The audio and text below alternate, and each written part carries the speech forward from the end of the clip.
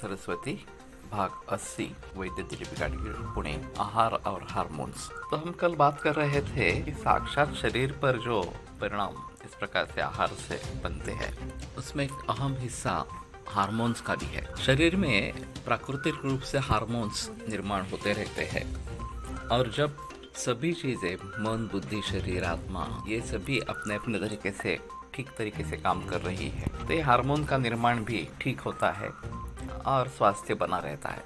लेकिन जब किन्हीं भावों में परिवर्तन आ जाता है बदल जाते हैं तो उसमें इम्बैलेंस होने लगता है।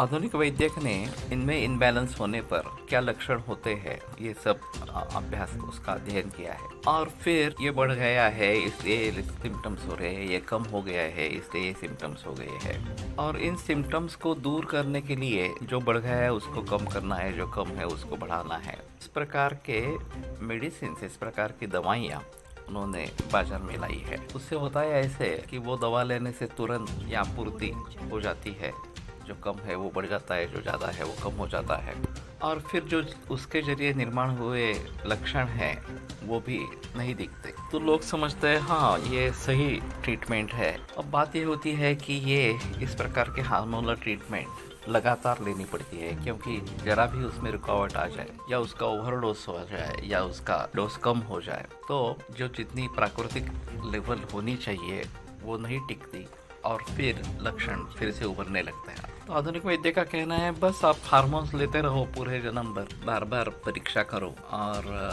देखो कि क्या कम है क्या ज़्यादा है वगैरह इस प्रकार से उसके हिसाब से दवाइयाँ जो है वो लेते रहो। यह सवाल पैदा होता है कि ये क्यों हो रहा है और अगर हम कारणों को टालेंगे तो कार्य नहीं होगा। हार्मोनल इम्बैलेंस जो हो रहा है उसके लिए तो कुछ वजह होनी चाहिए, लेकिन ये वजह कौन ढूंढेगा? आधुनिक वैद्य तो किसी भी रोग के बारे में दैनंदिन जीवन में जो कारण है उसको ढूंढने के लिए तैयार ही नहीं है। दिनचर्या ऋतुचर्या वगैरह के बारे में या स्वस्थ वृत्ति के बारे में सोचने के लिए तैयार ही नहीं है। केवल ये इस प्रकार का हार्मोनल इम्बैलेंस है, आप ये दवा ले लो और उसको ठीक कर दो, बस इसका इस प्रकार का उसका कहना है। तो बात ये है कि जो खेती है, चाहे पेड़ पौधे वगैरह जो हम उगाते हैं, धान उगाते हैं उसकी बात हो या फिर गाय भैंस वगैरह की बात हो, एनिमल फार्मिंग हो, दोनों में उत्पादकता कैसे बढ़े इसके ऊपर बहुत सारा लक्ष्य केंद्रित किया जा रहा है और उसके लिए जो भी अप्राकृतिक या अननेचुरल इस प्रकार के उपाय है वो बिना किसी सोच समझ के हम प्रयोग में ला रहे हैं। उसी में से एक उपाय है कि हार्मोन्स दे देना उनको।